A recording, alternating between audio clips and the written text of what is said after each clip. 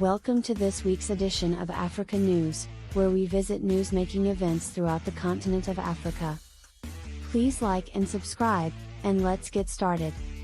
Chairperson of the African Union Moussa Faki Mahamat Sunday called for an unconditional ceasefire in the Tigray region of the Federal Democratic Republic of Ethiopia.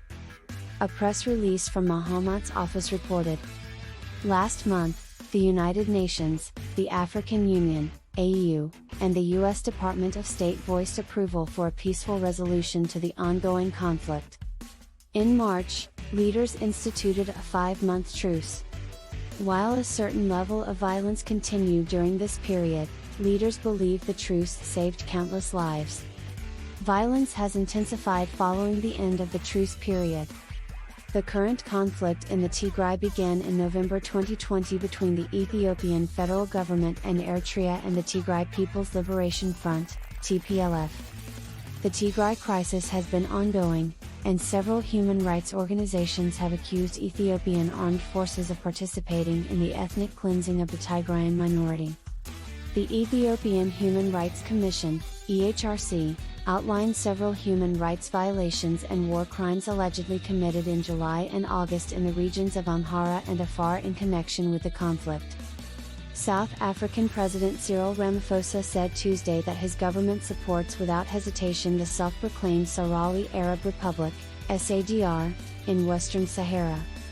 The Polisario Front, pro-independence, supported by Algeria, wants an independent state in Western Sahara, a vast desert area that Morocco considers part of its own territory. We are concerned about the continuing silence in the world regarding the struggle for self-determination of the people of Western Sahara, Ramaphosa said during a visit to Pretoria by Polisario Front leader Brian Gali. We believe that other struggles are expressed more loudly, and that is why as South Africans we clearly state that we are firm and unwavering in our support for the Sahrawi people, added the South African president. It is a just struggle, it is a noble struggle, it is an honorable struggle, a people that wants to decide its own destiny through self-determination, he said, drawing a comparison with the struggle of South Africa against the apartheid regime. A former Spanish colony, Western Sahara lies at the western end of the vast desert of the same name, which stretches along the Atlantic coast.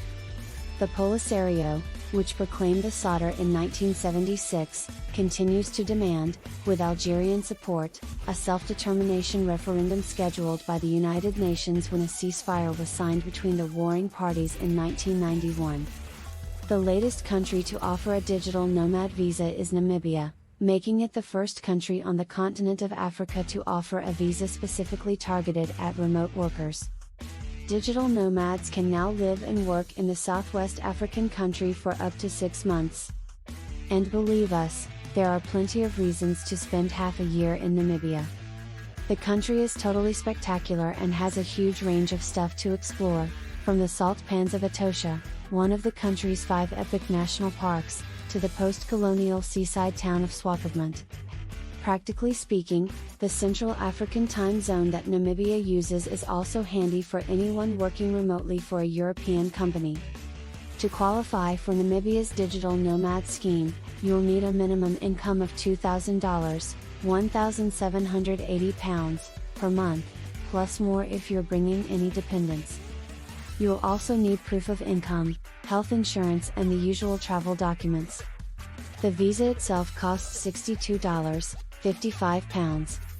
That makes Namibia's digital nomad visa scheme one of the most financially accessible in the world, far more so than the likes of Costa Rica, which requires you earn at least $3,000 or £2,670 per month, or Iceland, $6,900 or £6,140.